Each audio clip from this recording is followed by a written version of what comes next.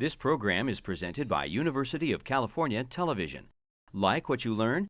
Visit our website or follow us on Facebook and Twitter to keep up with the latest UCTV programs.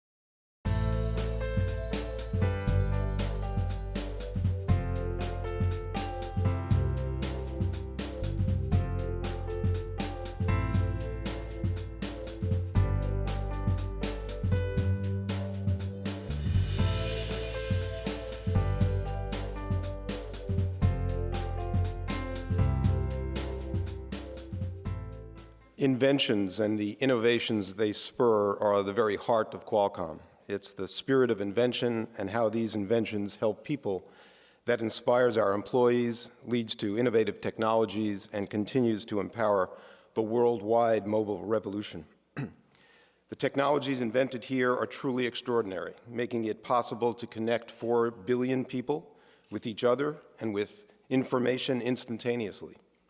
And they have improved our lives in so many other ways. For example, our wireless reach team leverages Qualcomm's inventions to promote social and economic development globally and creates opportunities unheard of even a decade ago, lifting women out of poverty in Indonesia and connecting rural Chinese heart patients with doctors in Beijing. This work reminds us that even though Qualcomm has grown from its 7 founders to more than 31,000 employees, at our core still is the spirit of invention and service. It's our foundation, our heritage, and our future. After nearly 30 years since our founding, it's staggering to consider the growth of our industry and the billions of people our inventions and technologies have empowered. Mobile telecommunications, from 2G to 3G to 4G LTE and now beyond. To date, we've shipped more than 15 billion chips that power mobile devices based on these technologies. Our technologies allowed wireless networks to vastly expand their capacity and the number of worldwide mobile phone and smartphone users, creating a new technological, as Paul said, the largest technology and information platform in the history of the world that continues to empower people.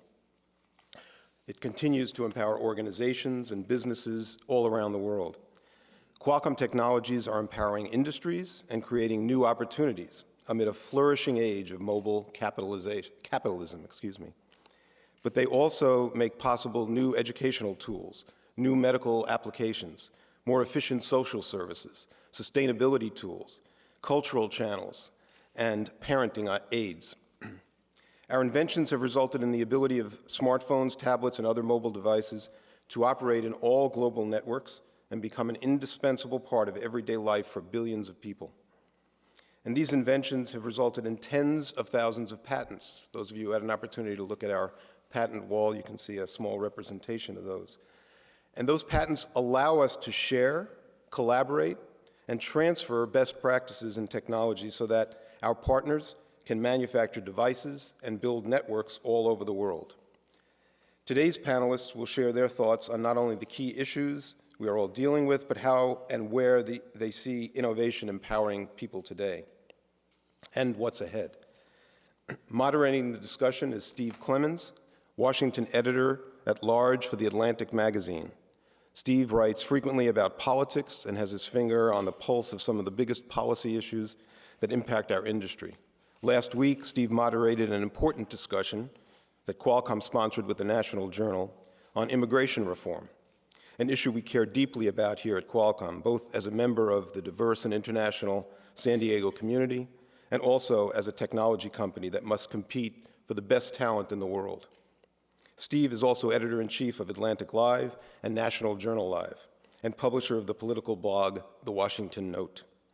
Steve is the founder of the American Strategy Program at the New American Foundation. He served as executive vice president of the Economic Strategy Institute and senior policy advisor on economic and international affairs to Senator Jeff Bingaman, and was the first executive director of the Nixon Center, now known as the Center for the National Interest.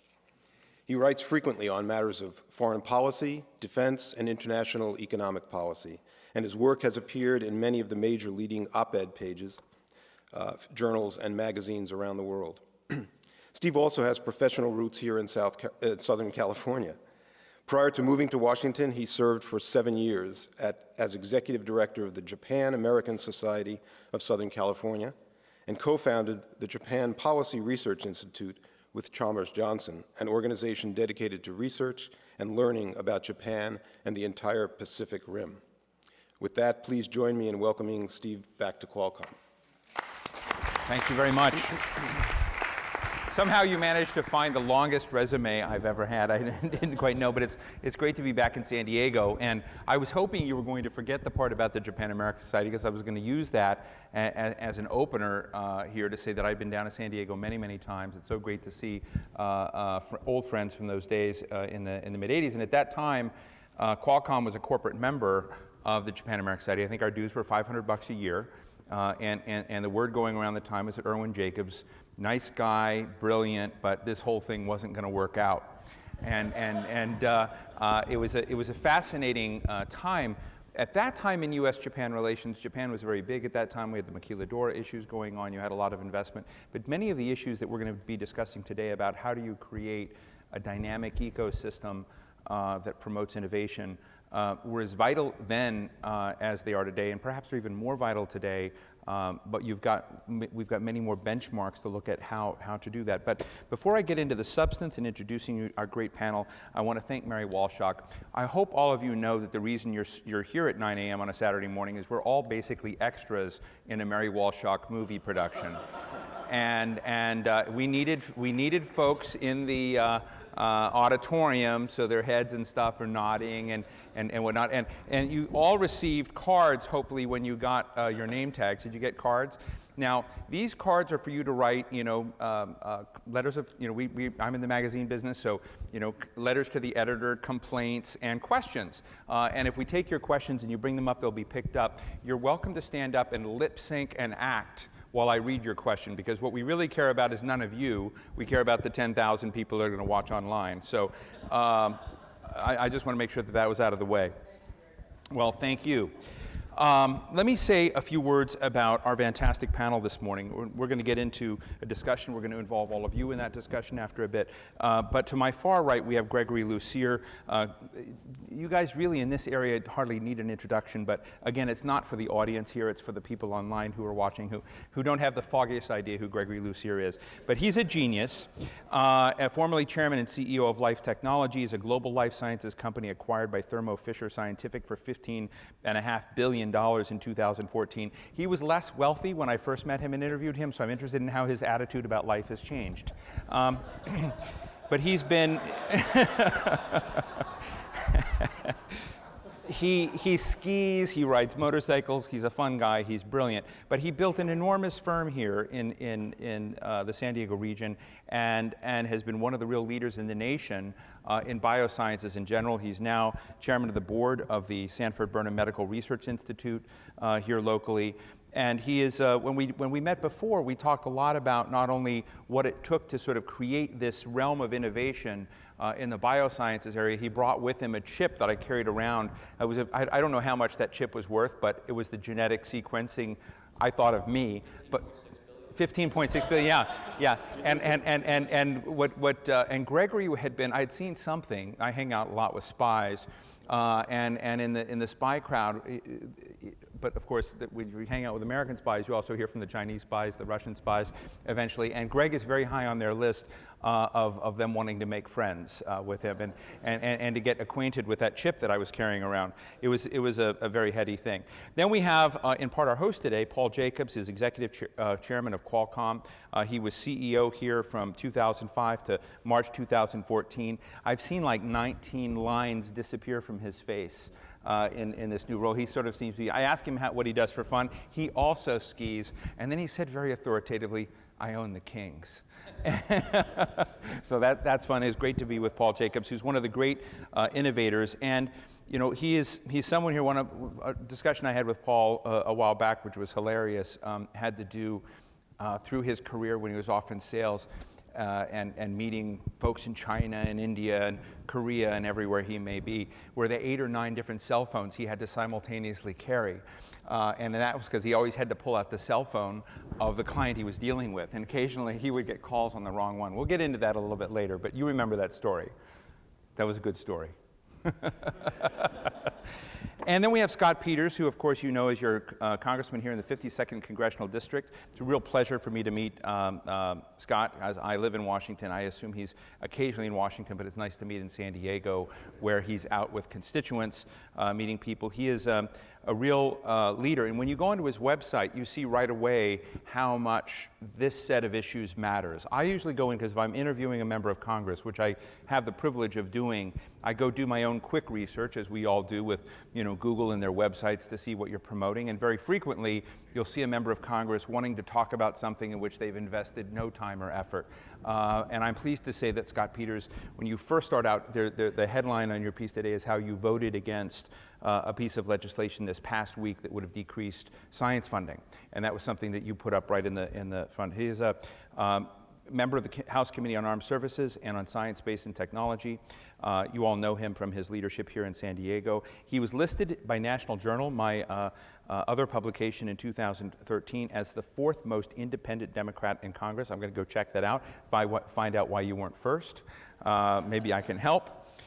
Jim Matheson told me not to be first. Never be first. And he's pragmatic. Today is his 28th wedding anniversary. It's great to be here with him. Wife wanted to kick him out in the morning and said, yes, go run off. He's a golfer. So we've got a great group of folks here. And I thought we would start off, and I hope you folks, we can turn this into a conversation and you guys can begin finishing each other's sentences. But I think when you get into the arena of innovation, what is required, I want to put it in a context of San Diego in 1986-87, when Irwin Jacobs and UC San Diego. I'm sorry? Yeah, Irwin and Jacobs were here, and UC San Diego was here. You had people like Roger Revelle and others, but you didn't have the broad infrastructure. You didn't have an alley or a road like I just drove down. I don't know what road it was. Where I said, Qualcomm is there, and then oh no, Qualcomm's over here. That wasn't there when you were running into sort of the 19 buildings of Qualcomm before you got to headquarters. And I'd like you to kind of transplant yourself back then and ask, what did this region get right then? And what now today, when you come forward some 30 years, does the region need to get right again? Is this a current concern of continuing to create an innovation ecosystem, or have you done it well enough that you can now rest on your laurels? I'm going to start with you, Paul. I think, back then, one of the things that really made first Linkabit and then Qualcomm was UCSD and sort of the education infrastructure here.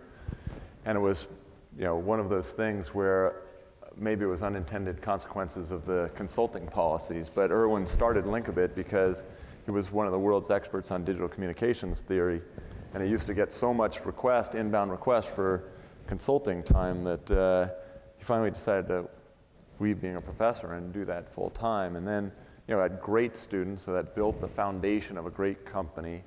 And then there was enough infrastructure around. It wasn't that there was nothing around. So, and certainly by the time Qualcomm started in 85, 86, then he had already been through the drill once before, and I think learned a lot of lessons from it. And one of the lessons that he learned, which was really critical, was about IP and patent policy. And so at Linkabit, we had done work on the first TDMA systems. I'm not going to get into the alphabet soup, but we had on the previous generation of technology, and all of the intellectual property went to another company. And so when we were working on CDMA, I remember being in meetings with cameras like this around that was recording everything so that we could have it for posterity and prove that. And so having that sensitivity to intellectual property and the fact that there was protection, that this little company with a handful of really important patents could go out and get these license agreements with the behemoths of the industry And now you look at the change that's happened. I mean, now we're sort of the leader of the industry here, and a lot of the names that you know from those days are far diminished because they didn't focus on the innovation and so forth. And anyway, so having the education, having the patent policy, the other thing we always touch on is immigration. If I take that to the local level, what we did in San Diego was we always took the new people we wanted to recruit down for lunch on the beach. And as long as you could do that, and you kept them away from the real estate agents so they didn't realize how much the real estate cost, we would get them. And actually, the interesting thing is that still works today for San Diego, because some of the other places in the world— You have like a Qualcomm picnic bench somewhere? Yeah, well, there's a few favorite restaurants that we used to take people down to. But the price of real estate here looks pretty attractive compared to some of the other places. Now, taxes, on the other hand, we have to worry about that a little bit, and sometimes we get people wanting to be based in some of our other offices around the world or around the country, because California's tax rates are seen to be somewhat higher than other places. But you get the people here, and we've actually had quite a diverse population of employees here, and I think it is a very attractive place for people to come to still. It was then. As a funny aside, we were talking about the Sacramento Kings. The guy who's the majority owner of the Kings, Vivek Ranadive, he and I actually met in the World Economic Forum in Davos. We were sitting in a panel on dynamic resilience in a hyper-connected world, and neither of us knew what that meant. You said, hey, let's talk about basketball? That's exactly what happened. And he said he was putting together this bid, and I said, okay, well— Was Steve Ballmer in the same meeting? Ballmer wasn't there, but there's another story about that, too. So anyway, so he told me he was putting together this bid, and were we interested? And we were interested. Me and my brothers were interested. But then he went on to tell me that it was actually Linkabit that had brought him to the United States. That he was an immigrant from India, and not only had Linkabit brought him, but my grandfather, who used to work in the storeroom there, took him under his wing. So I mean, you talk about a small world and karma and all those kinds of things. Just it's sort of an amazing story about immigration and sort of the kinds of things. Because he went on to found Tibco, and now it's quite a successful company. So that immigration aspect of it's pretty critical. So before I jump to Greg and you go back to the original founding of Qualcomm at UC San Diego, I don't remember the year, but one of the structural changes that was made in the innovation base, particularly with universities, was the passage of the Bayh-Dole Act. And the Bayh-Dole Act allowed essentially faculty on universities' commitment to sort of the science and technology innovation space upticked hugely because they began to see a chance for a cut. And they probably put Mary Walshock on this, hiring the Bayh-Dole, I'm not sure. But did the Bayh-Dole Act influence your father's decision making on that at all, or were you pretty innovative? I see Greg nodding, so maybe it's not in your case, but was it the case in life sciences? Well, it certainly has an enormous impact in the biosciences space, because if you get an NIH grant to these wonderful research institutes we have in San Diego, ultimately you can take that idea that was funded by the government and move it off to commercialization and get benefit from it. That was the essence of that act. And I think it was a brilliant act that we always have to make sure is protected and stays in place. Just a few thoughts about the environment here. I would build on Paul's point about San Diego in terms of its weather, its location is a great selling point. I came here back in 2003 from kind of buttoned up General Electric company. I was living in Milwaukee, and I remember when I got brought out here to see this company that ultimately became Life Technologies, I was sitting in the lobby waiting for the next interview, and some guy walked in with his surfboard. It was lunchtime. He was wearing his wetsuit, and was like, "Hey, dude," and I was like, wow, this is like so different than my world. Jack Welch. Yeah, exactly. Yeah. Screaming at me all the time, right?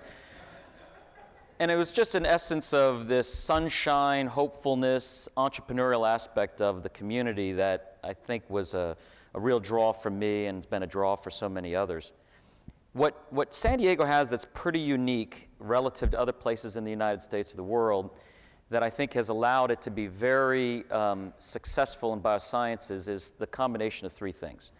One, you do have these research institutes, UCSD, Sanford-Burnham, Salk, Scripps, that provide a sustained level of employment in the region. And so you have thousands of scientists that create kind of the capability, the talent.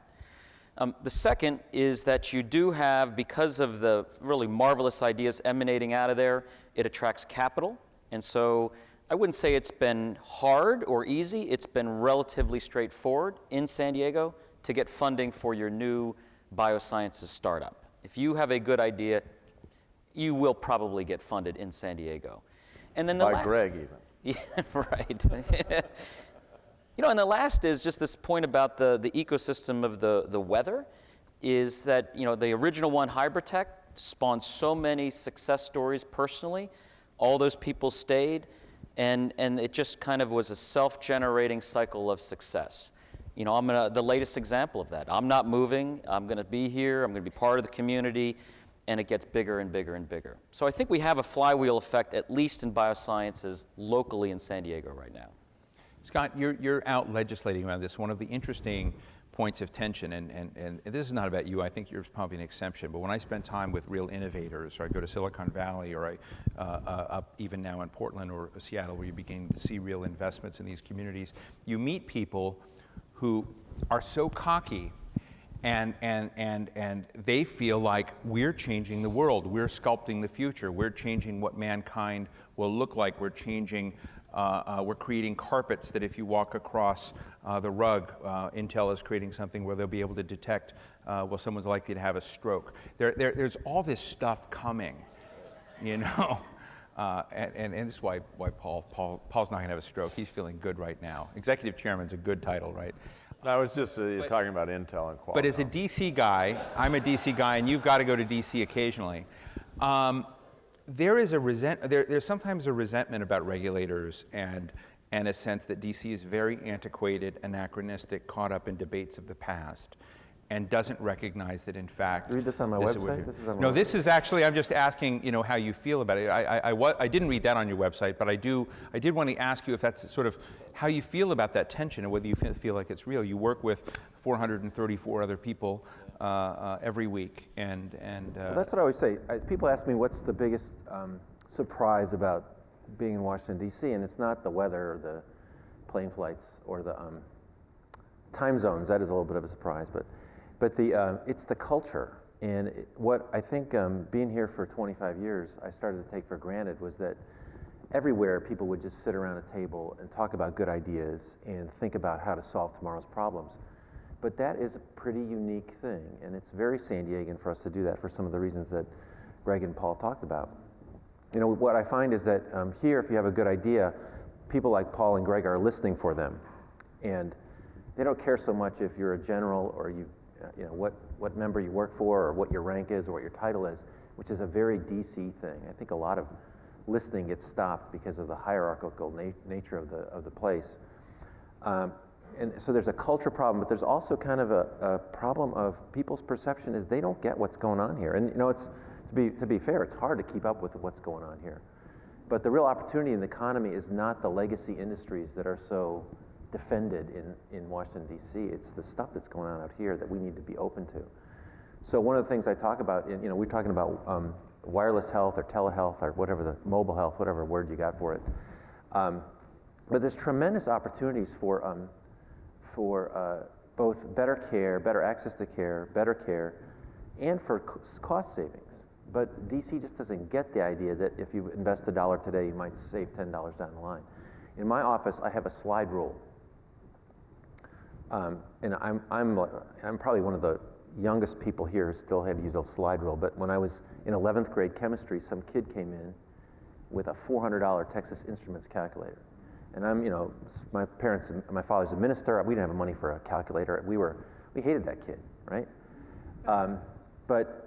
But the point is, it wasn't very long before everyone had one. Now it's cheap. It's on your cell phone. If you have a cell phone, you can get it at a little Casio thing at the drugstore for $10 that does all the same thing. It was innovation that solved the problem and did it cheaply over time. And that's something that DC just doesn't get. And so I've become a real jingoist for San Diego.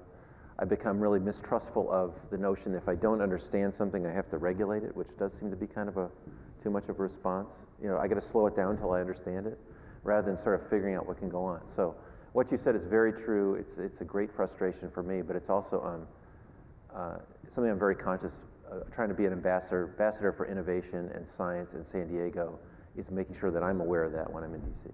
So I did look up on your site, and you voted in a piece of legislation. The headline was, you know, Scott Peters decries bill designed to cut science funding or something of the sort. And I don't have the name of the bill in this because I didn't get the Qualcomm Wi-Fi password. I'm sure I could negotiate it here in a minute because my link went dead. But in it, you had a name of the bill. LTE works here, though. I'm sorry? LTE works here. Okay. Use your cellular. But in any case, the bill was named something to make it look as if it was advocating deeper support for science and research, and your argument was it wasn't doing that at all. That in fact it was cutting it. So you tried to amend the bill 3 times. All of your amendments were voted down, and then you basically said that this bill wasn't moving the interests of the country or science funding forward. And so I want to ask you a little bit about that one episode I've been doing. And I interviewed Bill Gates recently, and I asked Bill if DC and getting DC on the right track was a requirement for innovation continuing apace. And he was very clear. He says, we do not need DC. DC can become increasingly irrelevant, and the pace of innovation. So I'd like you to kind of bridge that gap. Does Washington and the investments that it make matter or not? I just heard Greg talk about NIH funding, talk about NSF funding, talk about a lot of the funding coming out of this, and a lot of this is under attack right now. So do we matter, or do they matter and can get on without us today? Well, it depends on the perspective. I mean, I think, you know, it's probably true that innovation is going to happen around the world because it's going to happen. But the reason DC is important is that we'd like it to stay in America and in San Diego. We'd like to keep our advantage in science. And if we don't make the right decisions, we will squander our lead. And I've learned a lot of this stuff from these guys, but you know, one thing you have to do is you have to invest in basic scientific research. Today, the smartest people my age, scientists my age, are in the United States. And sometimes they get picked off.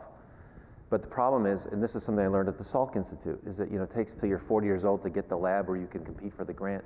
In the good times, you would compete against the best scientists in the country. 25% were funded. Now it's 7% are funded. At the same time, you know, China's tripling its investment in basic research.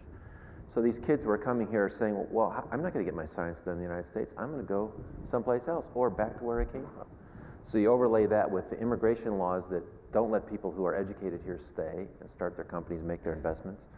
The sort of lack of understanding for the promise of genomics or the promise of wireless health. It's just sort of as a cultural thing. And then you put these things in the way, like in medical device industry here has got an excise tax on it that's aimed right at it which is on sales, not on profits. And then the FDA approval for those devices is such that those devices are available, invented here 3 to 5 years earlier for patients in Europe than the United States. So yes, this stuff will happen, but I don't want the medical device industry to be in Europe. I don't want basic science research to be in China. And if what Mr. Gates is saying, that these things will go on, I can't disagree with it. I think he's probably right. But I think that the point of having a functional Congress is that we'd like to keep our lead, we'd like to keep the jobs here, we'd like to keep our economy going with the promise of this innovation. You know, Steve, Bill Gates also spoke one time in Davos on something that I thought was very insightful. And he said, basically, we've had in the last 50 years this virtuous cycle of we had very robust basic innovation funding out of the NSF and NIH. The majority of that money went to universities, great universities. And he made a point that, you know, if you look back over the last 50 years, the top 50 universities are in the United States. And he projected it probably will stay that way for a while because they were getting those large grants of money for research that could then attract the best and the brightest in the world. And by the way, because of the population dynamics and the like, they typically stayed here. Well, they don't stay here any longer, right? Both because of the visa issues and because their home economies are more attractive now. And so we're breaking the virtuous cycle that has driven innovation in the world here in the United States. And that's why I think Bill Gates can be right about his other point. Innovation will continue unabated.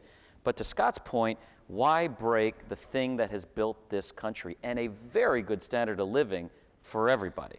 And that's why I think we're very short-sighted about not understanding the bigger picture. How close are we to breaking that circle, really violating the covenants that hold that ecosystem together?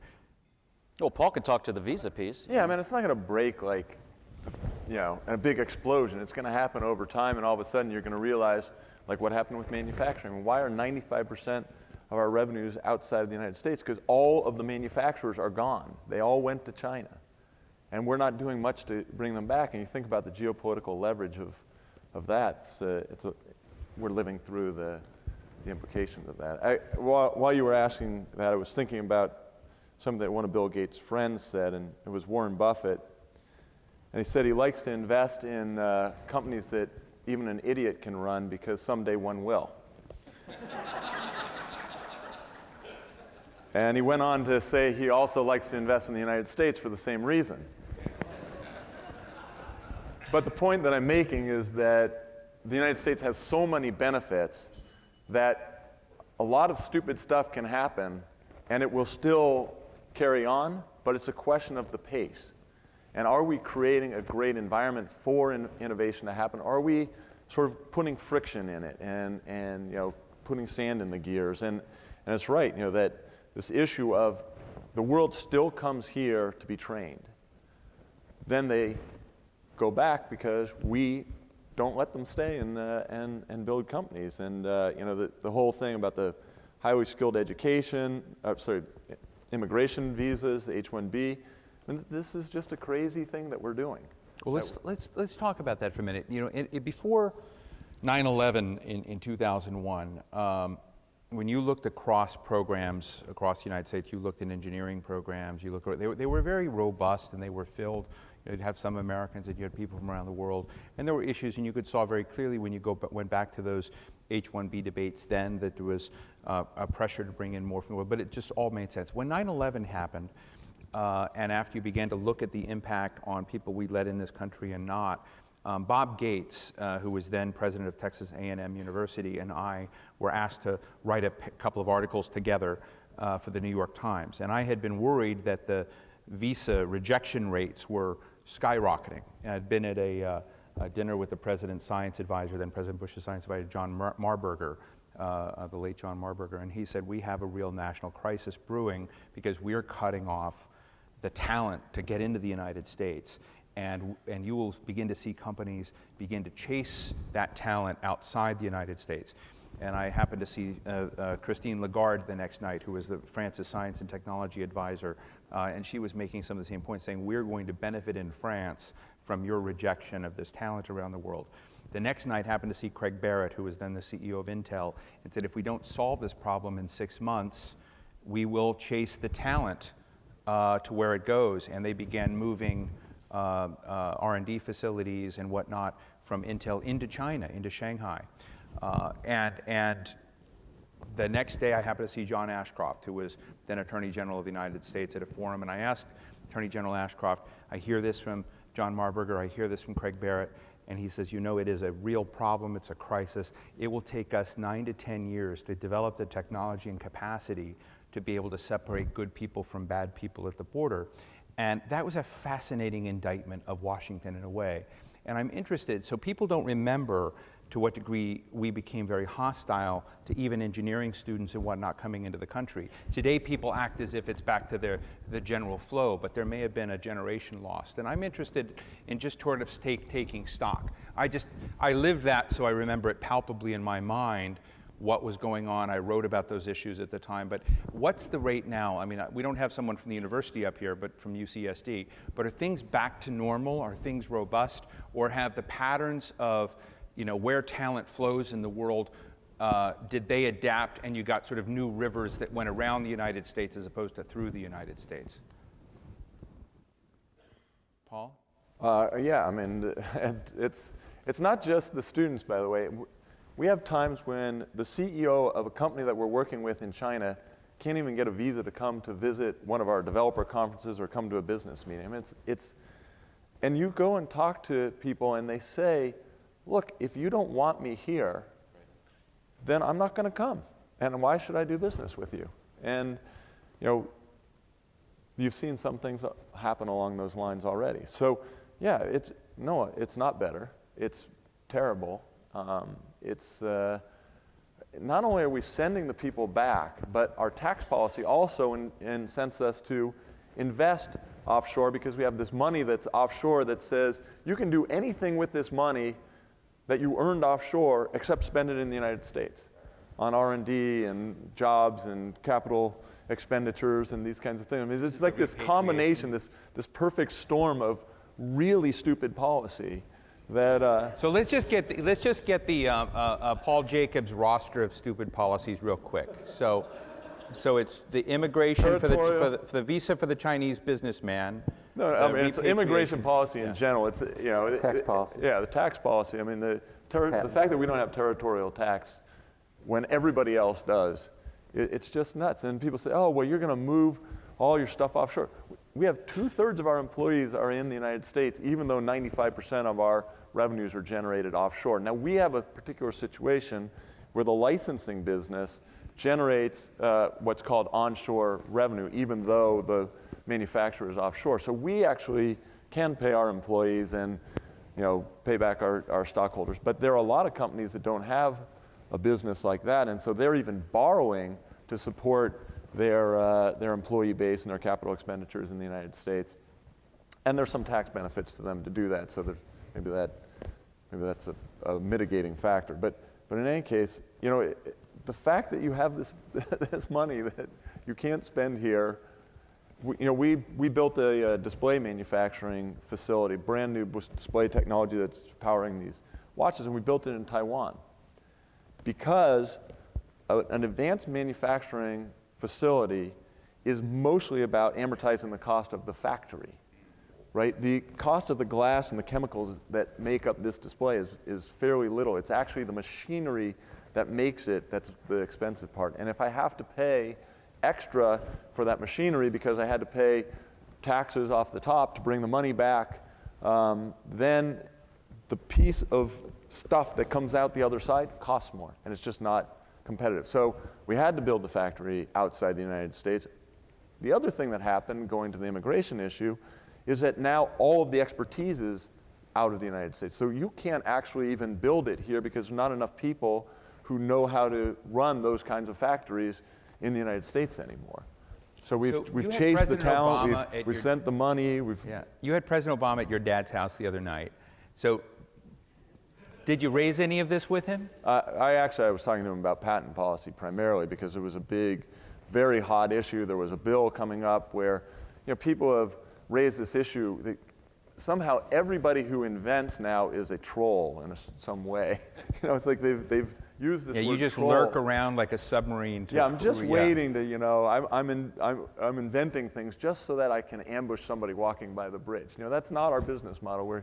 We've created all of this technology. We spent $4 billion or $5 billion last year on innovation, and we provide it to everybody in the industry. But somehow that model and the model of participating in standards bodies is somehow been turned on its head, that's a bad thing. If you have an innovation that gets contributed to a standards body and available to the world, somehow that innovation should be very devalued. So this whole debate about patent reform was going on, and that's what I talked to him about. And one of the really interesting aspects of politics is that people seized on this notion where there are some bad players out there, and they try and get money from people by going to sort of the end user and suing a mom and pop store or something like that. This is not the vast majority of what goes on in the patent system, but it's sort of blown up to be a big issue. And so there was this part of the bill that was talking about protecting these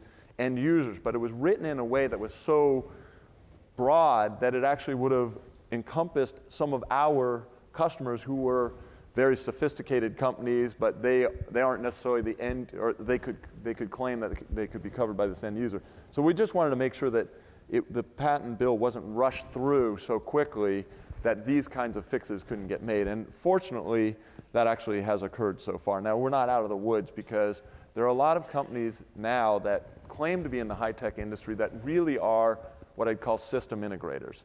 They collect a lot of stuff from other people, they package it together, they don't necessarily even manufacture that product here, it's manufactured somewhere else, and then they say, okay, well, I'm high-tech. But to those people, ideas and the cost of creating the idea, that's an input cost to them, and it makes their product, in their mind, more expensive and their margins lower. So there are a number of companies out there who are trying to really devalue the value of intellectual property, and it will be a very big, very bad day for the United States, which is so much around innovation if intellectual property gets devalued like that. And companies like Qualcomm will not be able to exist. And it's not Qualcomm as it is today, a big company that can do a lot of stuff ourselves. It's Qualcomm as it was when we started, which was a tiny company with a handful of really, really important ideas and patents, and who was able to stand up to the big players who needed to integrate our technology. And if they could have come to us and said,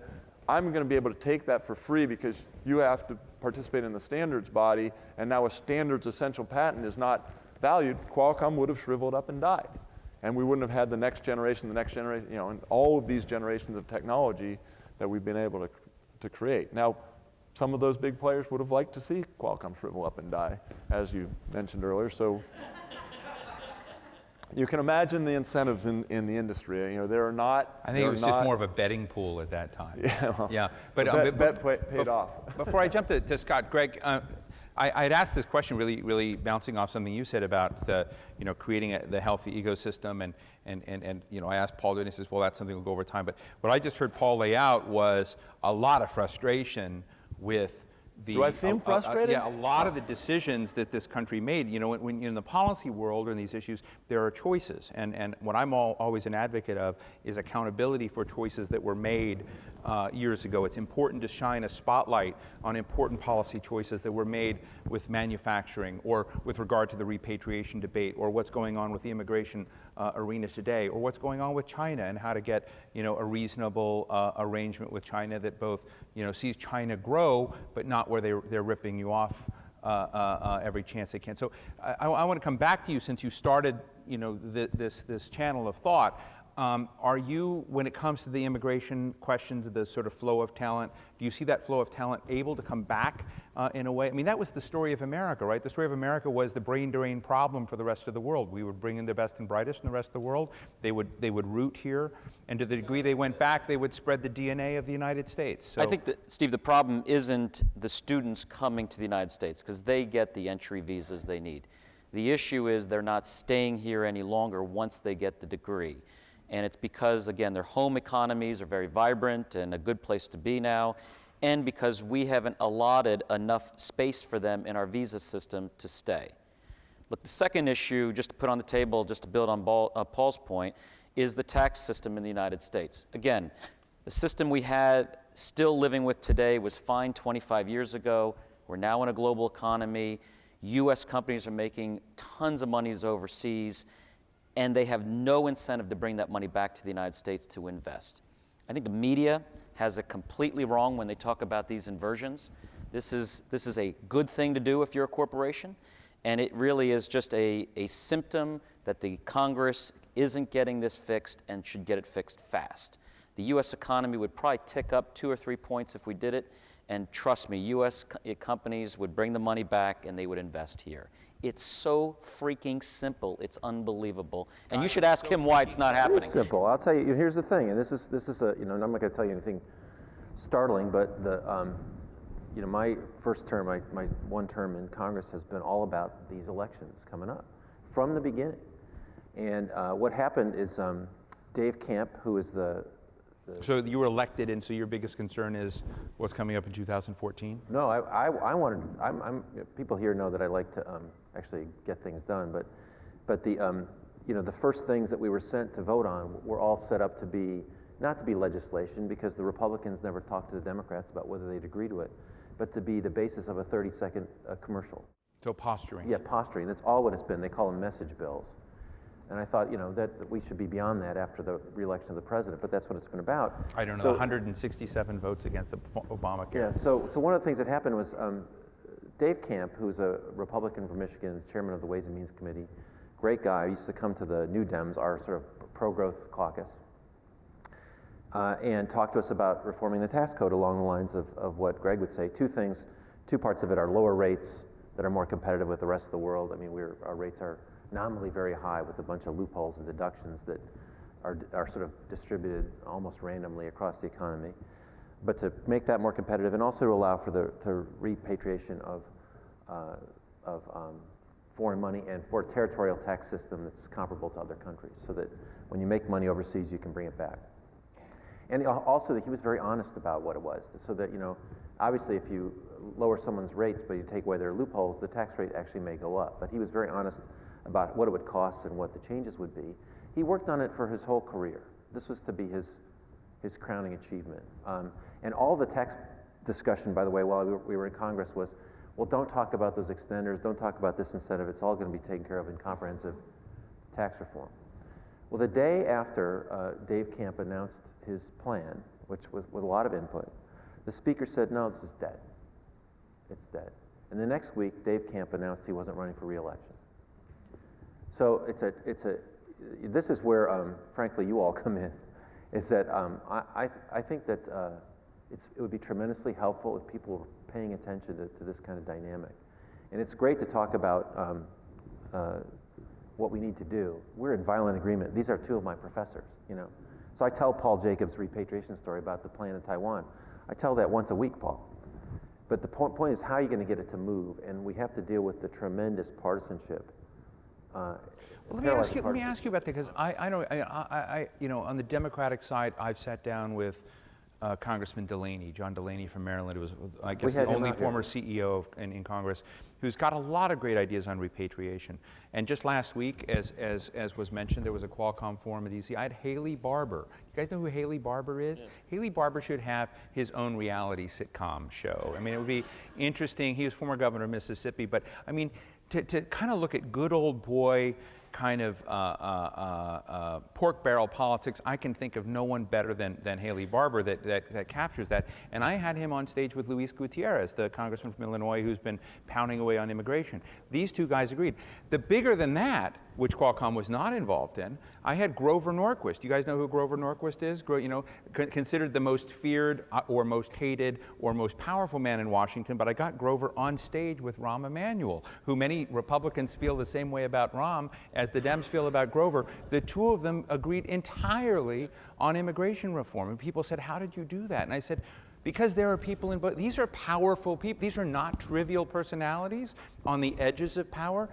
Power pulsates through these communities. So that's where I hear the issue of partisanship. That's where I'm going, what? But here's the problem. I'm solving the partisanship problem. Here's the next question, in the convening. Steve. The next question is, after that meeting where they agree on everything, they will go out and they will snipe at the person from the other party who made a compromise. And so there's a little bit of intellectual incompletion.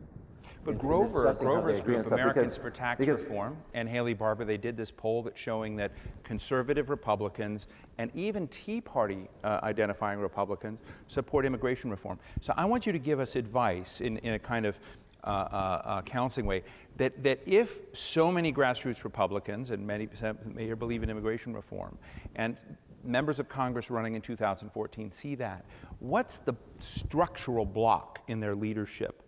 Boehner has said what you did. I want to get things done, and I don't. Okay, so Mr. Boehner has the power to put anything on the floor he wants. If he put H.R. 15, which is the immigration bill, on the floor, it would pass overwhelmingly. So when he says he wants to get things done, I always say, great, you're the speaker. This is going to be exciting. Let's go. And then it doesn't come. And he killed this tax reform policy, which he touts, and they shut down the government. So what the dynamics of elections, and I'm concentrating on this week. Is the Tea Party caucus that strong? Look, you said I try not to be the most partisan Democrat. You don't have to be partisan, it's just an objective. But you asked about the Tea Party, and if they all vote like the Tea Party, I can't tell them apart. If they say there's only 30 Tea Party people, but all 230 vote that way, I can't tell the difference. I'm not that nuanced. If you say you want to get things done, all you have to do is put the House version of the immigration bill on the floor. You can put the Senate version on, which is much, spends way too much money on a fence. The House bill essentially provides performance standards for security, a little bit more flexibility, because there's just some places along the border you can't put a fence. But either one, if you put either one on the floor, they'd both be bipartisan, they pass bipartisan. So what I think is what I think I would say to voters is that you have to go help the people who make the agreements. Every agreement will have in it something that someone else doesn't like. And I see What do you mean, the people who make the agreements? the people who in Congress who are willing to sit down. Because it used to be, look, Mr. Smith goes to Washington, and that was the courageous guy, the guy who went off and railed against Congress, right? Well, now everybody's Mr. Smith. And the courage is the willingness to go to the middle of the room, shake hands with somebody, and give something up that your base is going to be mad about. You have to be the reward in that. And I think these guys would be the reward in it. Someone has to go out there and say, you know what? It wasn't perfect, but thank God we got a tax reform. We spent way too much money on the fence, but thank God we got immigration reform. That's going to help our technology companies, help us, pick our crops, help home health care. I didn't think it was perfect. That's not what I wanted. But the next day they'll say they won't be mad. They'll say, okay, we did it. And there has to be a reward for that in politics, because as long as the partisanship, we say Congress is partisan, but y'all are pretty partisan too. You join these extremist groups, and you pat yourself on the back. In my side, you should see the emails I get from Move On about what a traitor to the country I am every time I do something. And that gins up a lot of concern from people. I know that happens on the right wing too. There's a real fear that's created by that. You don't see the reward in coming to the middle to make a deal. What we need from people who care about this stuff is to create a constituency for the middle, create a permission and even an affirmation that making an agreement is the right thing to do, even if it's not. See, I have a theory that Qualcomm is to blame for all of this, in that the connectivity that has been achieved in getting everybody linked has created this weird dynamic, and I don't mean this, I mean this facetiously, but there's an element of truth to the connectivity I was leaning issue. forward, like I was ready to. I was worried. But that I got a whole bunch of friends here. In too. American politics, it's very easy to create a spike of action from people who are connected. It doesn't matter if that spike is in Tahrir Square in Egypt, or whether that spike is on net neutrality issues, or whether that spike is on corporate tax issues. I had Randall Stevenson, the CEO of AT&T, and he was one of the most strongest advocates of corporate tax reform, making many of the same arguments that Paul just did. And I saw him one day, and he said, I saw Eric Cantor and John Boehner this morning. They all agree with me. I went to the White House, met President Obama. He agrees with me. I even met Valerie Jarrett, who's the most powerful woman behind the president. She agrees with me. And yet he couldn't move forward. And I said, your company's based in Dallas, Texas. You're one of the biggest employers in Texas. A lot of the Tea Party types are from Texas. You're employing them. Where are you failing to communicate the interests of your people? I said, to get these other people, why isn't that happening? And he says, well, that's a long story. So, it is an interesting question to sort of look at the broader subject of if the welfare of the country, when you look at what's happening in the middle class today and how important it is to have, that's what this is really about. Innovation and embedding innovation in a country is really about changing the dynamics and investing more deeply in the prosperity of a growing middle class. Do I have that right, Paul? Sounds good to me. Look, if you think where the middle class, a lot of middle class wealth came from in the manufacturing sector. Right. That's not here anymore. And people talk about bringing it back, but it's an advanced manufacturing plant, like I said, it's not about a lot of labor content. It is about the facility itself costs most of the money that then turns into the cost of the product. And so I do think that there is a play for North America in some of these lower skilled things to try and bring up the base. But my guess is it's probably Mexico that might be more suited to benefit from that, because the labor rates are a little bit lower. They're now competitive getting more competitive with China. Obviously, energy costs are lower. Shipping costs to North America are lower. I mean, you could imagine that could get recreated near the United States, but maybe not directly in the United States. So what does that mean for the United States? It means that it's creating the ideas, the innovation, and you look at the kind of wages that we're able to pay to employees here. I mean, they're quite high because we can generate good margins from continuing to innovate. If we stop innovating, by the way, we'll get commoditized, and that will go away. So it is hypercritical for us to continue to drive that technology treadmill, and then that is going to create all this other wealth. And if you look at San Diego, the success of Qualcomm created tremendous amount of economic activity in San Diego, and the employees that we have, half our employees are still in San Diego. So that creates good wealth for the middle class. Thoughts, Scott? I think I just saw the president release this week, I don't know what they're called, manufacturing support centers, 12 or 13 locations. Southern California is one of the sites, but places like Cincinnati, Ohio, and others. And in that, again, when I was thinking of today's topic, which is really the ecosystem for innovation, I had the privilege of meeting Dwayne Roth, whom some of today was dedicated to through Mary Walshock, before he passed away, and it kind of occurred to me, he was a fun guy that, I was reading about his funeral online this morning, that everybody at that funeral was kind of like the parts of the ecosystem that matters for innovation, and it made me think about what can one be thinking about in terms of the replicability of that, right? With all the people that are going to be watching this online, recently I was with Siemens in Worcester, Massachusetts, and they also sponsored a forum in Norwood, Ohio, which is inside Cincinnati, and looking at the community colleges, the universities, the manufacturing extension centers, venture capital folks, and looking at basically, the quality, the feedstock, if you will, of young people and whatnot, and how to kind of get them into STEM, how to move that along. So I'd love to get your thoughts. We've talked a bit about immigration, but can we talk a little bit about picking ourselves up by our own bootstraps and where that fits in terms of an innovation ecosystem? Greg? I was at my daughter's high school graduation last night, and so I had to sit through there, and they announced the majors and the colleges where they'll be going.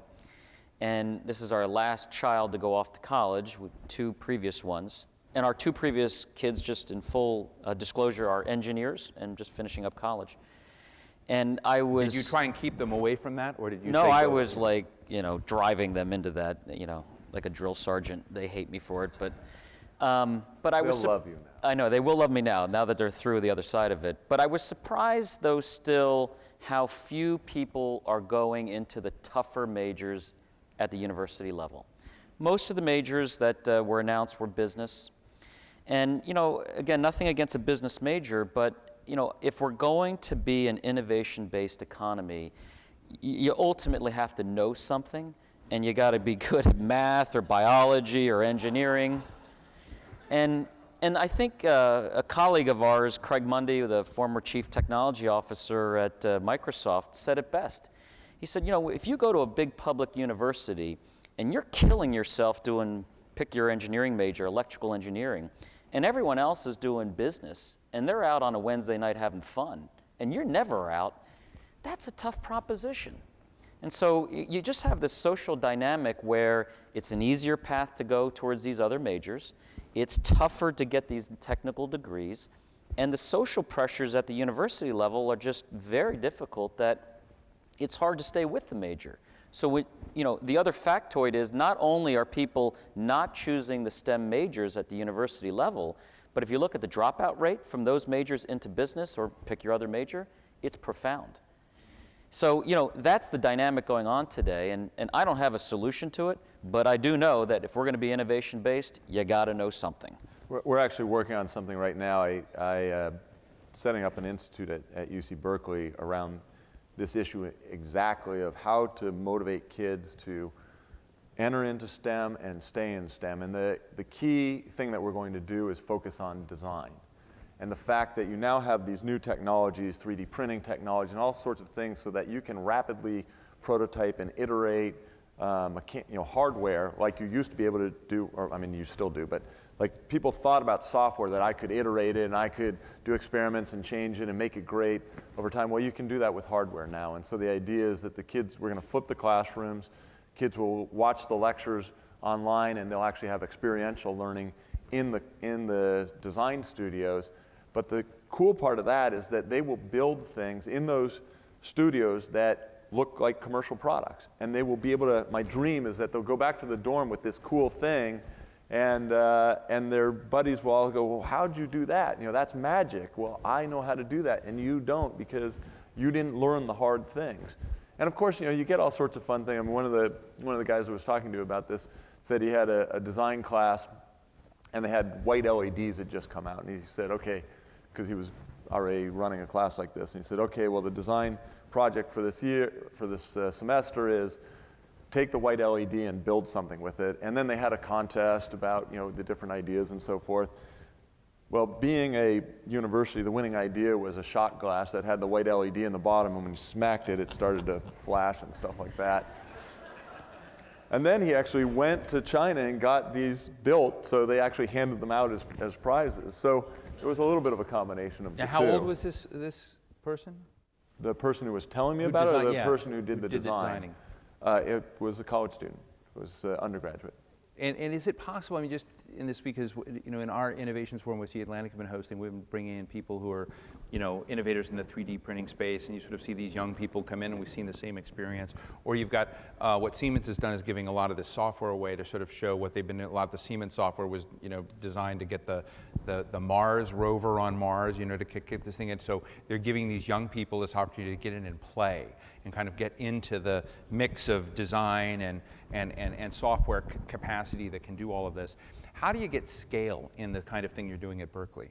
Okay, so what will happen is it will start out, it will start as a small thing. It actually has been distributed right now. There are maker spaces around the campus, but they're not coordinated. I've been trying to get a maker space in Congress. Wouldn't that be cool? That'd be a cool Scott Peters initiative. I could do that by myself. Yeah, what's that? I could do that by myself. You could do that by yourself. Just get one of these things. Maybe it could be a Qualcomm-supported makerspace that you chair the Makerspace Caucus.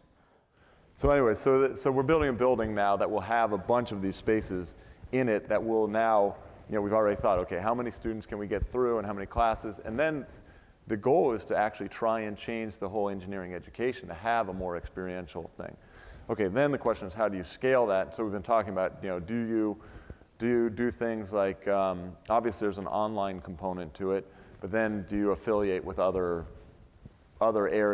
places that can set up these kinds of facilities? And I think, it's a whole issue of where education is going to go. Are there going to be, a few superstar professors that do all the lectures, and then everybody else is going to be about sort of coaching as opposed to standing on a stage and giving the lecture? And so there's, that's a whole other topic we could get into for a long period of time. But I think that there is some degree of scaling and there's some degree of not. And it's why I think that these elite universities, these research universities, that everybody's worried that the internet is going to sort of diminish them. I don't think that's true. I think that there is a huge benefit to providing an elite education to an elite group of people and spending the extra effort to make sure that those people are going to be the leaders and the innovators. And the United States does that well. And we know very much that bringing people together into a space where they can run into each other and you create opportunities for serendipity to occur, it's a very important thing. And it was a big trend to say that the world is flat and you don't need to be near anybody else to do. And it's not true. It doesn't really work that way. I'll let Tom Friedman know. Scott? Just starting a little bit earlier, because I think that I certainly agree with... But you found something cool on your cell phone, right? I did. I'm going to refer to my cell phone. It's a really cool device. You should all get one. So we're talking a little bit about accessibility to education. The cost of a public education has gone up 300% in the last 30 years in real terms. And so public education is where 80% of kids get educated. So we have to give some attention to that. One of the things we're working on is, I could only have gotten my education with financial aid. We want to make sure that that's affordable. And so some of us have a bill to allow refinancing of public, student loans to 4%. The government gets its money for 3.5%. Why we're charging 8 or 9%? That might be targeted towards STEM fields, but in any event, that seems like a prudent thing to do. Before that, we're talking about the Common Core. The federal government doesn't do a lot with state and local governments tend to have control over what's taught in K to 12. But one thing we're trying to promote is a Common Core, so the sense that agreement among the states, it's not even a federal issue, about what would be taught. And one of the things that I'm trying to push is computer science. Why, I dissected a frog in high school. That was pretty cool, but and maybe that's still something they do today. But probably people should be learning how to code. And I have a friend, Derek Kilmer, who represents Washington State, and I sent him this because I thought this might come up. He's got stats on the AP Computer Science test. 30,000 people took it last year, the AP Computer Science test. In 11 states, not a single African American student. In 7 states, not a single Latino student. And only 20% of the ones who took it were women. So we need to do a better job of, before we get into Berkeley, to make sure that we're getting more people interested in this stuff at the beginning level. By the way, Berkeley is fairly diverse. I mean, Berkeley does a pretty good job. Yeah, I was only picking it because you referenced it, but before we get to pick on Intel. Texas A&M. Bob Gates is gone, so pick on Texas A&M. We need to get kids interested in it. And finally, I think the other thing you have to give some consideration to is early childhood education, which is a tremendously cost-effective way just to get kids to succeed in school and perform anyway. President Obama has advocated it, but the state that's done this is Oklahoma. So when you have Oklahoma and Obama in agreement, you got something going on. And I think I was going to say that we are going to reach out to the high school student, because I actually do believe that you need to learn this stuff before you get to college, and those statistics you just said are frightening. So one of the debate, one of your comrades in Congress, Aaron Schock, a Republican from Illinois, has been working as well, not only on the STEM issues, but he kind of considers how to have the STEAM caucus to sort of add arts, culture. Yo-Yo Ma has been a big national advocate of this. And so when I look at these questions and I ask, okay, they need to know something, Greg, I get that. I'm going to go deep here. We gave us a lot of time. One of the really interesting, The Atlantic has just announced a partnership with the College Board. And the College Board, which administers the SAT test, a lot of the AP scores, et cetera, one of the really interesting is how do you instill in students an interest in critical thinking, critical analysis, critical writing, so that it doesn't matter whether that's an engineering interest or it's basically engaging a piece of art or engaging in whatever. How do they basically come into contact with something, analyze the context of that, and learn to write and argue and create an argument? Because when you go through and you talk to the head of the College Board about what they see in essays and writing as something, is a huge shift away from critical thinking and critical analysis to sort of a self-analysis, that a lot of the questions are designed so that everything that one writes about becomes self-referential about one's own evolution, which is a way not to know something or not to engage something. It's a very subtle distinction. So I'm going to invite all of you into a process where we're going to be working with the College Board to create a national contest for the best writing in high schools across the country. We're going to be dealing with 120,000 AP teachers across the country and sort of instilling techniques, tools, thoughts, materials, and whatnot to do this. And what we're interested in eventually, we're going to run a poll through The Atlantic, is to basically look at what all of you think are those things that young people might encounter or think about. It could be anything that you find to be something stimulating, so that we can basically create material that we think popularly is nonetheless interesting, but young people not having that encounter, that we're slipping away. And that's why when you look at why are people going into finance as opposed to other things, there may be something there that our educational system has not learned how to preference critical thinking and critical analysis, which is a very important part of innovation. I mean, it was, when you again think about, we're taking the subject of innovation down to its very deep roots. But when you look at that, you look at other elements of somebody has an idea, how do they create the context for that idea, how do they work through problems. And we haven't talked about failure yet, and I do think that is an interesting component.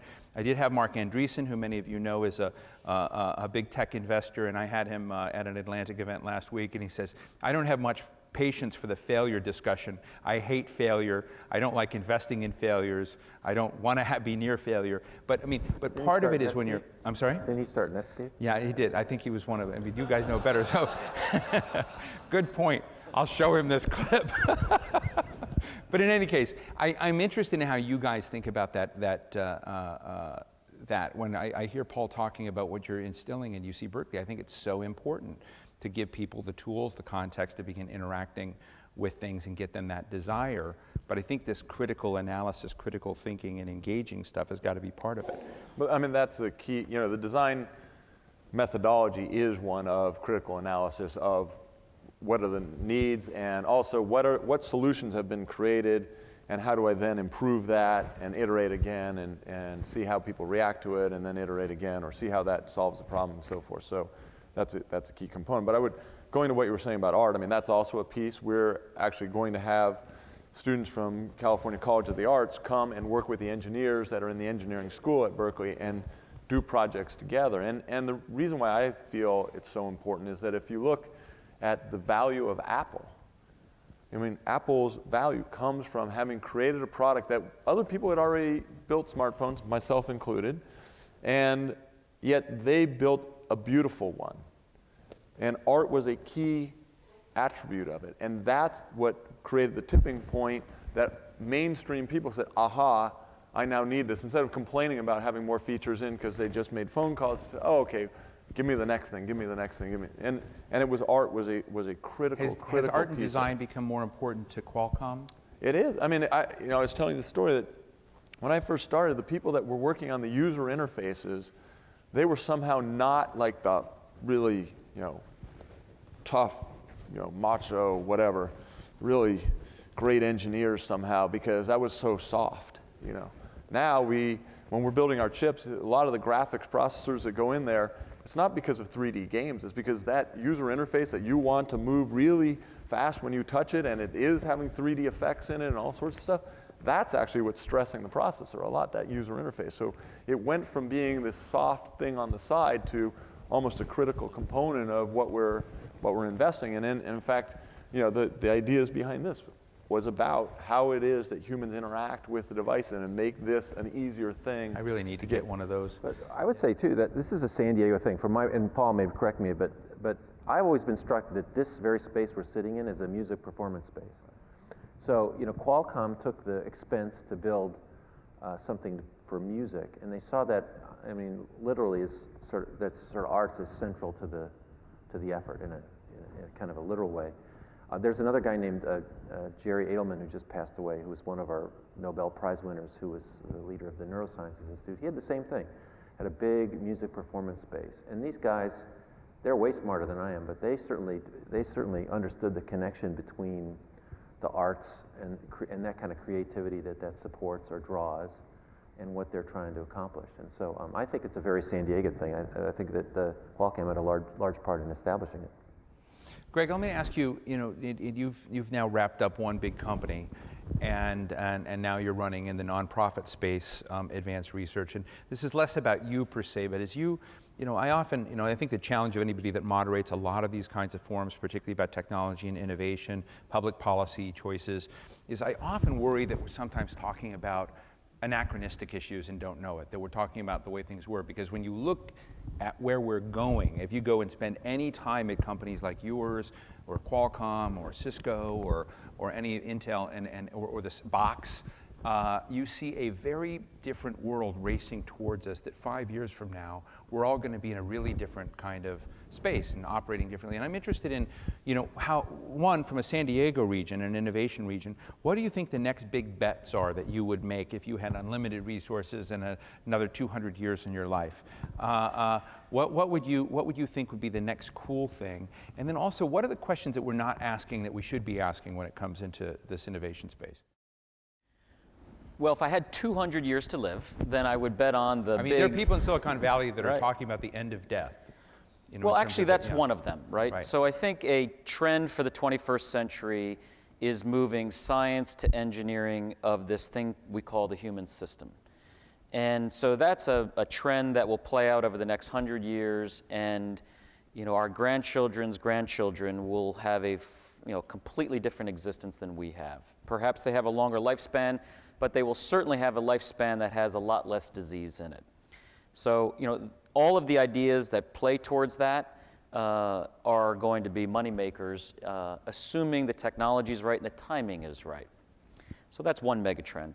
I think the other big megatrend is the one that Paul's company is, on an inevitable path, which is changing the nature of information and its interaction with human beings. To me, that's a trend over the next 100 years as well that utterly transforms the human existence in a different way. And the beautiful thing about San Diego is those two megatrends are resident right here. And so we're doing things right. If we can do a few more things right, San Diego has just a very bright future for decades to come. So that's what I think about. That's where I'm certainly putting my own money to work. And the key in all of that is the right people, the right timing, the right technology. And if you can bring those three forces together, you should have a lot of fun. San Diego is in such a wonderful place for this whole notion of mobile health, because we have such a strong life sciences sector and we have such a strong telecom sector. And you see all these little companies working on new sensors, and some of them are things that you'll wear on your body. Some of them even, we're doing clinical trials right now, or we're supporting a clinical trial right now that's being done in San Diego for a little device smaller than a grain of sand that will go in your body and tell you 2 weeks ahead of time when you're going to have a heart attack. So you get that phone call telling you to go to the doctor. That's actually a good phone call to get, because your heart hasn't had any trauma yet to it if you can catch it that early. So those kinds of things I think are really fascinating, and San Diego should be the epicenter of mobile health. Now we know that healthcare moves slowly.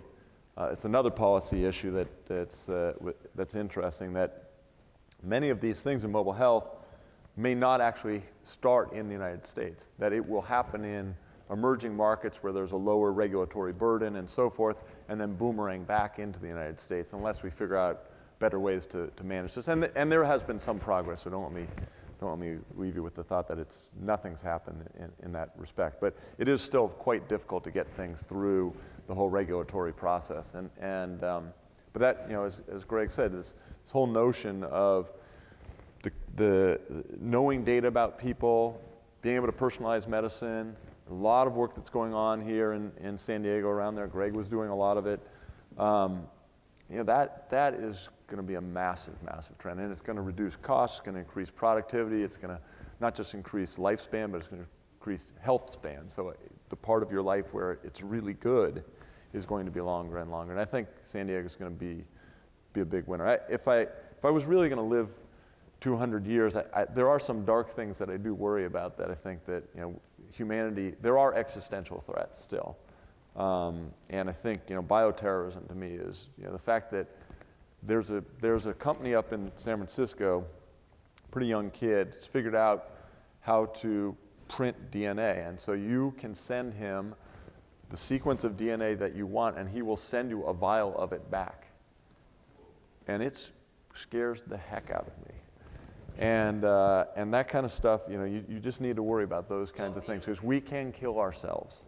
Our scariest article in the last few years, that in my view, in The Atlantic, I don't know how many of you were avid readers of The Atlantic, it was called Hacking the President. It's written by a guy named Mark Goodman. And in this piece, it tells the story, which was of the increases in science of a place like Greg Lucier's former company. You can potentially over time tailor a pathogen or something to go after a single person. And so what we learned in WikiLeaks, WikiLeaks was describing what was going on, is our Secret Service goes to great lengths to keep President Obama's glasses, towels, anything he may have used from falling into the hands of foreign governments when he travels.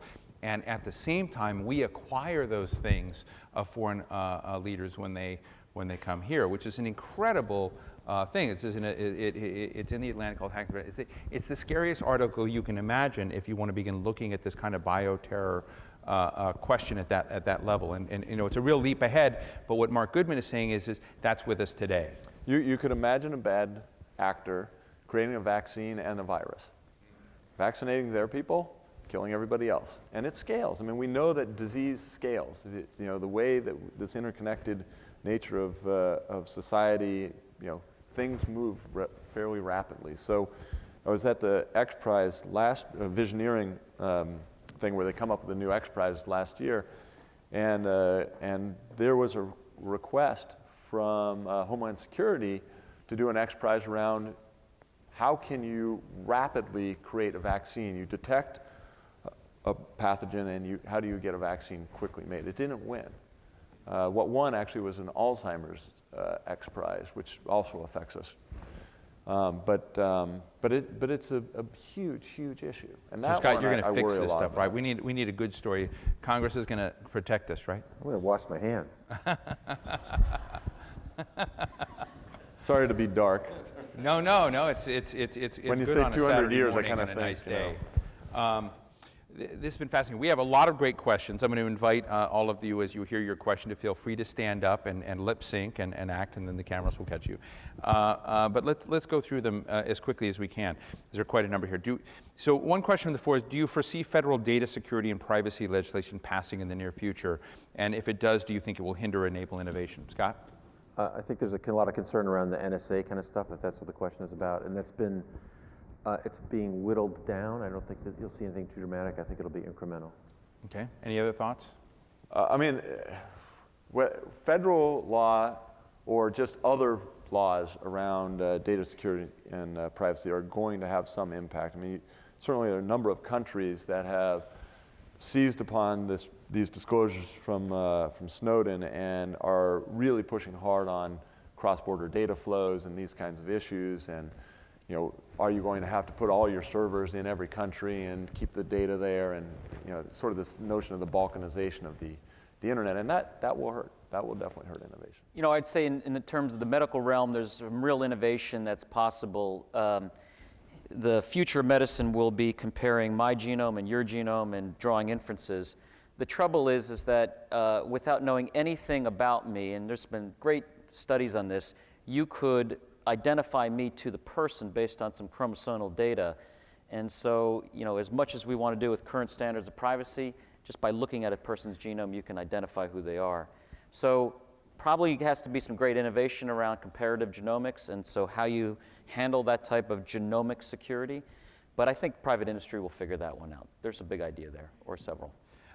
Relation to bootstrapping, is there investment in local elementary or middle schools in this arena? For example, 3D printers in school science labs. Paul? Well, I mean, that stuff is happening. One of the actually things that we like a lot is this FIRST Robotics competition that Dean Kamen started. I'm on the board of that now. Qualcomm just sponsored the finals, which were recently in St. Louis. And there's a whole sequence of them. It starts out with Legos and it moves to kids building robots that are kind of this big. And that's another thing that goes to this issue of motivation, because kids actually see that they can build stuff that works and does some task, and they compete, and it's turned into kind of a sporting event. So cheerleaders are there, and everybody, it's one of these things that sort of captures a lot of the things that motivate kids to do things, is social aspects and getting the recognition for it. So I think that's that kind of thing where it's not just giving them the tools, but it's giving them the motivation to use those tools to create something that's really cool, and they get recognition for it and satisfaction out of it. I think that's really important, and we've been doing a lot in those areas. But we're doing stuff in other areas as well, but that one stands out to me as a great one, great example. I don't know if this is something our panel can do, but I can comment on it if you guys know. But what roles might technology and innovation play in world agriculture and water security? Fun fact is 98% of all crops in the United States for food source are genetically modified. And so as much as we see in the media today this outpouring of people concerned about GMO, the reality is our food sources have already been genetically modified to create an overabundance of food, certainly in this country and most of the developed world. So, I'm very bullish, though, that to feed the world, which we still have not done, that genetic modification of some of these basic crops around corn and soy are the way to allow what is today almost unfertile land to become fertile, to where you can engineer a corn not to require all the water that it currently does, or to not need as much sunlight as it currently does.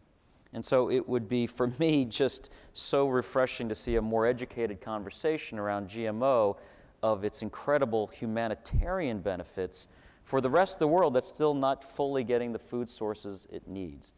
The U.S. leads in this area. We are by far the world leader in agricultural science, and yet I think today it's under assault. And again, it's another area of innovation where we stand the risk of really losing an incredible advantage. I just mentioned just to this person later, I just attended a conference in Qatar, Doha, Qatar, around this subject, and there's a man named Fahad Al-Attiyah who's the head of their food, their national security and water security. It's exactly in this space, who's worked with the RAND Corporation and kind of created a league of countries that are in arid regions. So, you know, and I used to represent Jeff Bingaman or work for Jeff Bingaman, the Senator of New Mexico. And so a lot of the New Mexico water issues or Mexico water issues are part of this. And so it's a huge issue in which there's a lot more innovation going on around information technology and the applied use of that, which is quite interesting. So I'm happy to connect folks with that if you would like later. Let's see here. Immigration, tax policy, patent, these are all national policies. Are there things local governments can do to create the right policy environment for innovation? Great question. You've been on both sides of this. Well, I think actually what I've tried to get San Diego to realize is we're in a competition for talent against other places. So this has to be a great place to live. And I'll just tell you a story I haven't told you, Paul, maybe you heard it indirectly, but someone came into my office, they were the real estate people, and they said, Qualcomm's thinking of not expanding because there's too much traffic. That came from me. I said, what? I said, you know, I heard it sort of secondhand, so I called a meeting here in this building with local people to talk about what we could do about that. Maybe there's some things we could do about on that, but I think that the main thing I think is that most people haven't been in technology who go into government, and that's probably fine. That's what we should expect. You really have to listen hard for what a company needs or what you need to support a good talent pool. So we need good parks. We need nice. It's great to have great weather. It's great to have clean beaches, but we also need a good transportation system. You know, good housing options. I think the rise of downtown has been good for San Diego because it creates a number of options for lifestyle and for growth. But just making a healthy city is good for technology, I think. Can I just follow up on the traffic issue? So you think about something as simple as that. Traffic policy? Yeah. And it causes our employees to leave earlier in the day. So I'm having a clear productivity loss, and it comes from things as simple as a light, getting onto the freeway here, backing the traffic up so much that you can spend 45 minutes going down a road that normally would take you 30 seconds. And just that simple of a thing has caused a lot of our employees to leave a few hours earlier. And I said, look, if I can't fix that problem, then now there's a huge disadvantage to continuing the concentration of people in Sorrento Mesa area.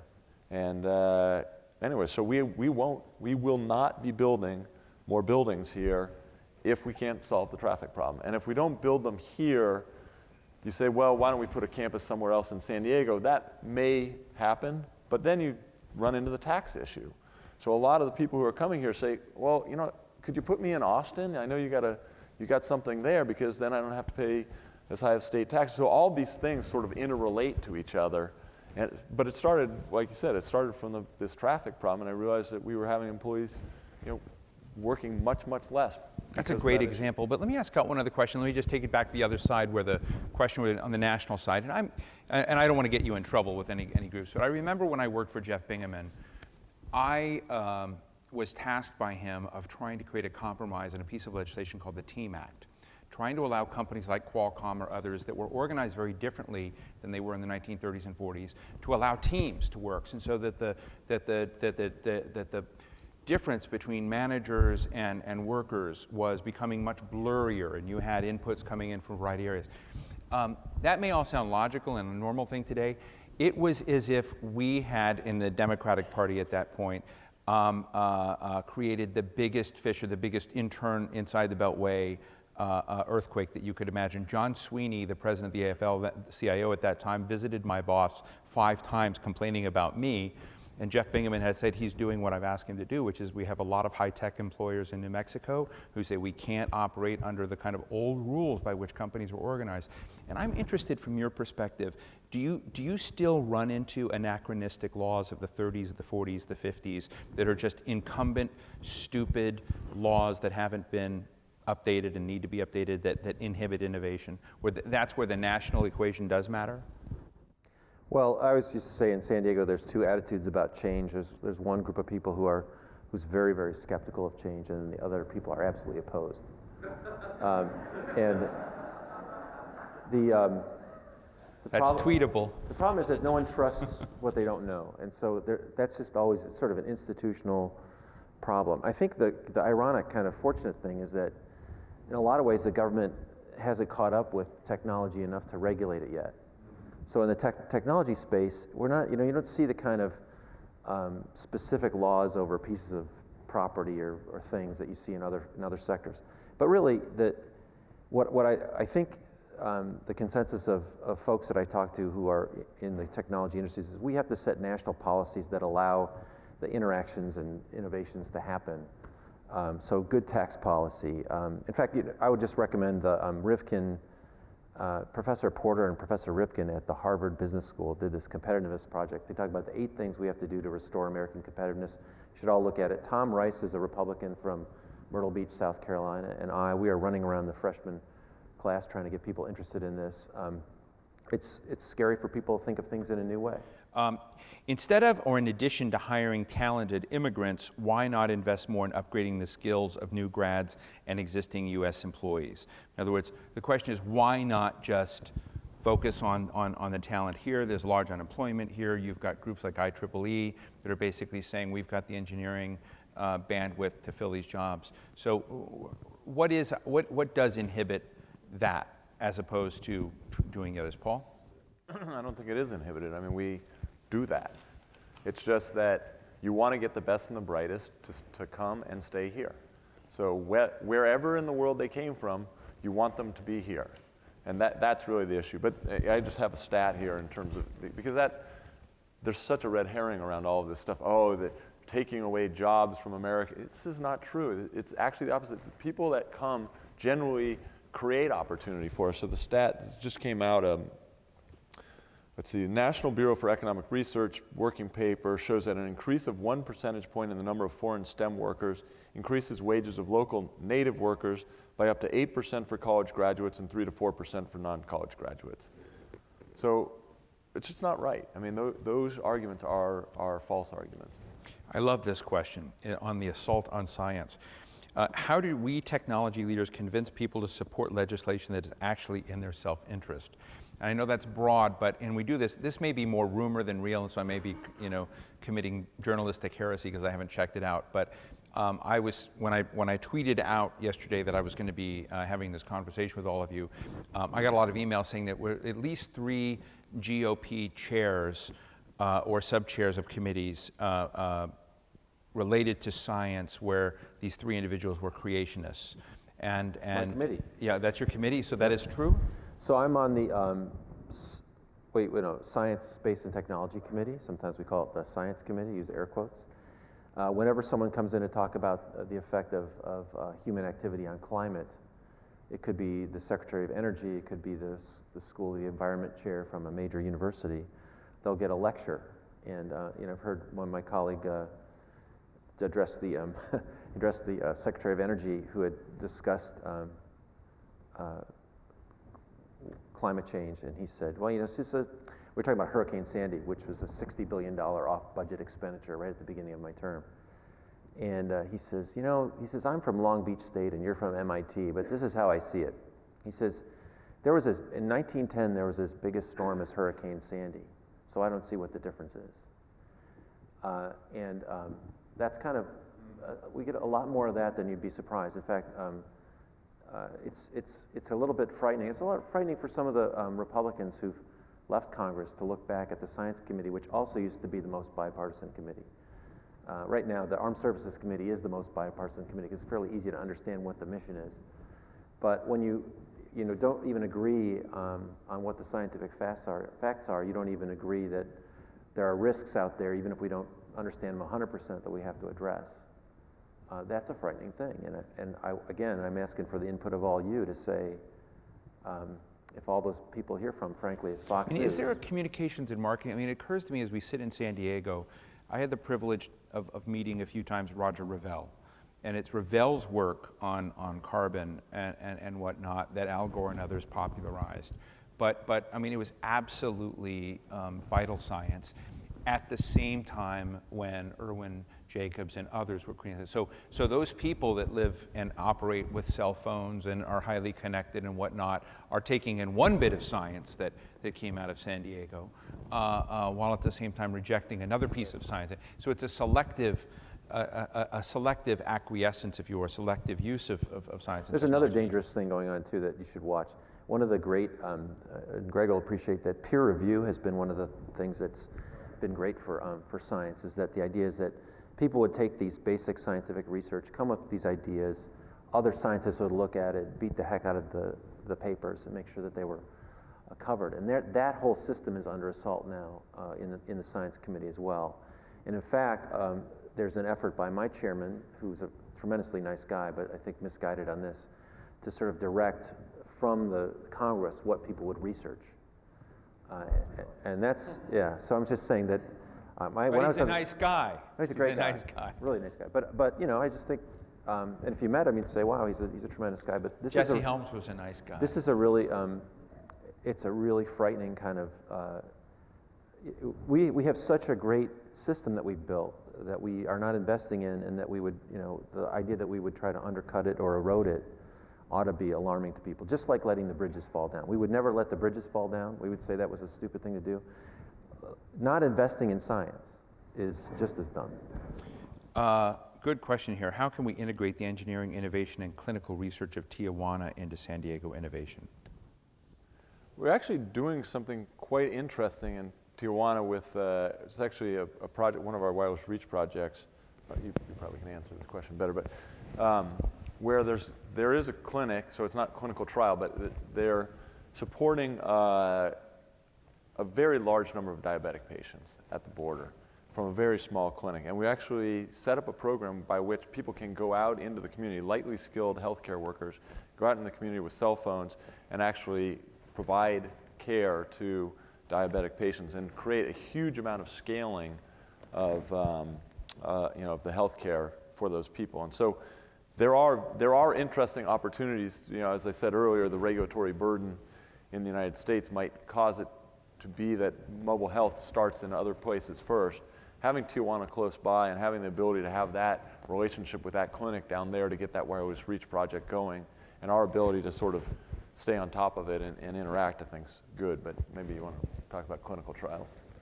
Well, I think the topic of can we do more with our brothers and sisters in Mexico is a great topic for San Diego. I'm on the board of CareFusion, one of the big medical devices here in town, and they have an incredibly large complex in Tijuana for manufacturing, and it's a way to alleviate the pressures of some of the taxes and the regulatory burden of California and yet stay in the region. You know, taking the question, though, a little broader of how do you connect patients to the technology, to the trials, I think San Diego has a unique advantage, actually, with Tijuana to do that, and we're not doing enough of it. So you've got these great research institutes. They're all very independent of one another still, and very, for the most part, independent of the hospital systems here in town. And one of my missions as chairman of Sanford-Burnham is to hopefully lead that community more together about how we get this translational research happening far faster in San Diego than anywhere else. I think Boston's done a very good job because of the power of Harvard and MIT in that equation, but we can do something more here in San Diego, and that's a really big opportunity for us in this region.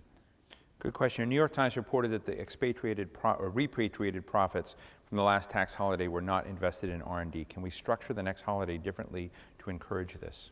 That is not true in the case of Qualcomm. We added jobs. We actually invested in a new technology, built out a whole system that was our mobile TV system. Some of the funding came from that. So, you know, it's people like to say that the money wasn't put to good use. I actually even argue with the premise of it, because some of the people say, well, it wasn't good use if you returned it to shareholders. Why is that not good use? Then people don't want to talk about multiplier effect. You know, when that money then comes into the economy and now it gets spent and it creates a lot of economic benefit. So, you know, that story is wrong on all sorts of levels. That is the biggest red herring. I mean, I just think, what is the benefit? What are you getting out of keeping it offshore? What is the benefit of that? So you bring it back, and people will, you know, may invest it here, or they may pay taxes on it as a dividend. But what is the benefit of trapping it overseas? It's only going to be used overseas. It's the dumbest thing. It's in a range of dumb things you come across. And it is really primarily in your party that there's been big resistance in the Democratic And Party. they say this thing, well, you know, so I'll tell you, my party, you know, I have a trouble with the Supreme Court's jurisprudence on campaign finance reform because they treat corporations as a person. We all say, oh, corporations aren't people.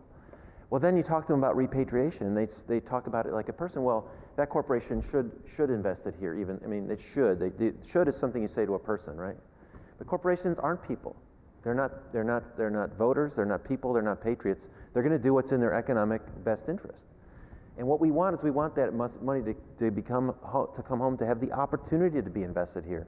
We have to do other things to make this a good place to invest. As Paul told me when he told me the story the first time, he says there's other issues with investing in California. I'd love to work with my state colleagues to make it easier here. But gosh, if you can't get the money back in the first instance, and they're not going to take a 35% haircut, it would be the wrong thing for them to do as a corporation. I mean, what's been unfortunate in this debate, if I can editorialize for a moment, is the timing. You had John Chambers and a lot of other people, John of Cisco, pushing on this, but you had the 2008-2009 financial crisis where demand in this country collapsed. And the collapse of demand, you know, led to a lot of joblessness, a lot of lack of investment. You had corporate, but the problem is there's got to be a demand equation in terms of some of this investment. So the view was that corporations are getting a freebie without being required to invest to solve this problem that people see in demand. And I think, you know, I think there's a lot of mistaken logic points in that. But to add to that, there are pieces of legislation in Congress like John Delaney, who's been trying to direct a portion of those repatriate issues into infrastructure banks, looking at payroll tax issues, which are a bigger thing of giving firms a benefit for hiring more folks. I tend to agree where Paul is, that the story of development in Japan, in Korea, on which you chair the U.S. Korea Business Council, I tell people these are nations that grew with a high degree, let's just be honest, a high degree of institutionalized corruption in Japan and Korea. But why did they largely succeed? They largely succeeded at the time in part because there were very high walls to capital flight. So as much as you were able to kind of trap capital in a country, it had beneficial effects, corrupt or not. And rather than being, you know, stuffed in the Cayman Islands or something. So it's an interesting thing that we wouldn't look at those lessons and say the more capital you have actually coming in the United States gives you the wherewithal to do more. But those are some of the dimensions of this. But Paul? You know, Steve, just one other thing. You were talking before about manufacturing, and obviously, I think Paul made a good point. We're not going to start sewing dresses here in the United States again, right? But what we Some could people do, are. Yeah. What we could do, though, because what we haven't talked about is the incredible revolution in energy in this country, is we now have an energy advantage, and if we could bring the capital back the right way, we would have a capital advantage, and the U.S. has the rule of law. Every sophisticated manufacturing plant on the world would at least have the United States as a first choice going forward. And so instead of these manufacturing centers of excellence in Cincinnati or wherever, which is a little bit of window dressing, fix those fundamental, just one or two issues, and you're going to have massive investment in big, sophisticated manufacturing. And that's, by the way, exactly what the Harvard folks say out of the competitiveness project. So just to make this very concrete, so the money that we're talking about is money that was earned because we are selling to companies that are offshore right now. It is not taxed by the United States because there's this thing that says if you are going to indefinitely invest it offshore, then you won't tax it. So it's kind of like territorial, meaning that we pay on earnings that we made in the United States, companies do, and we don't pay on earnings that were made offshore. But the catch is, the way that it's set up is that if you want to spend that money that's offshore in the United States, then you pay the taxes on it. If we went to a territorial system, it would say, that money that's offshore, you still won't pay taxes on it. But by the way, you can bring it back to the United States and invest in the United States. So it's the same thing, except you've just removed this one bit which says you can't spend it in the United States. That's why it's so idiotic. You already have the effect of territorial in the sense that that money is staying offshore. You already have the fact that the United States is not taxing that money, even though we say that we have a worldwide taxation system. The only time it gets taxed is when it is used in the United States to create jobs, to invest, to do. That's why we're so incredulous that. And by the way, you are paying tax in China, in Switzerland, right. wherever you made the money. Right, you are paying taxes. It's not that you're not paying taxes. You are paying taxes where. Why don't you invest that money in blah, manufacturing? That's what I actually really want to see that happen. I want to see manufacturing come. I think Mexico is really sitting in a wonderful position to be one of the main manufacturing centers of the world. And from a geopolitical standpoint, creating some balance there would be very, very beneficial to the United States. Thank you, Malin. I've been given the notice that we need to bring. I'd love to spend another hour there. The fantastic questions here, and we've gone through a big chunk of them. But let me just ask this final one. It says San Diego companies get to a certain size and then get bought. And there are a great number of examples here. The Bay Area has 50 tech companies that are billion-dollar companies. San Diego has 2. How do we get more? Well, that's a question for Greg. But let me just say one thing as he thinks about how to be diplomatic. The one thing I've noticed here is that I worried a lot about that thing, but it turns out that having talent here is really very important. To me, it's the more important thing just by observing it. I visited BP's biofuels, and this is a story that's just representative of a lot of things I hear. British Petroleum's biofuels thing is in my district. Every bit of the rest of their operation is in Chicago and mostly in Houston. And so as we go through this tour, I said, finally I said, why is it that this facility is here? And then maybe a couple hundred employees. They said, we just couldn't get people to move. They said, this is where the science is, this is where the people are, this is where they want to stay. And so for us, this is the right place to be. And again, I think from the local level, from the state level, and the federal level, we have to recognize that we're in a competition for talent, and that ought to be our focus. And whether it's immigration policy, education policy, particularly those 2, but in any way, we ought to be making sure that our focus is bringing talent to San Diego, making this a place where they want to stay, and making this a place where the businesses can succeed and families can grow up. Thank you, Greg. So shareholders, I think, have to do what's in their economic best interests. And in our case, it was a compelling idea and offer to bring our company together with Thermo Fisher Scientific. I would build on Scott's point, though, which is that ultimately what determines the success of a region like San Diego is the ability to have the attraction of capital, the ability to have a really good regulatory government support system that wants that capital to be attracted, and then a place where the smart people stick around and go on to form the next company and the next company. And that's more important than creating a billion-dollar company and asking it never to be sold. What you really want to do is create the circumstances that 10 more billion-dollar companies are getting formed each and every day. I think that's a great answer. Final thoughts, Paul? On that issue, or why don't you go back to immigration or 3D printing? 3D printing?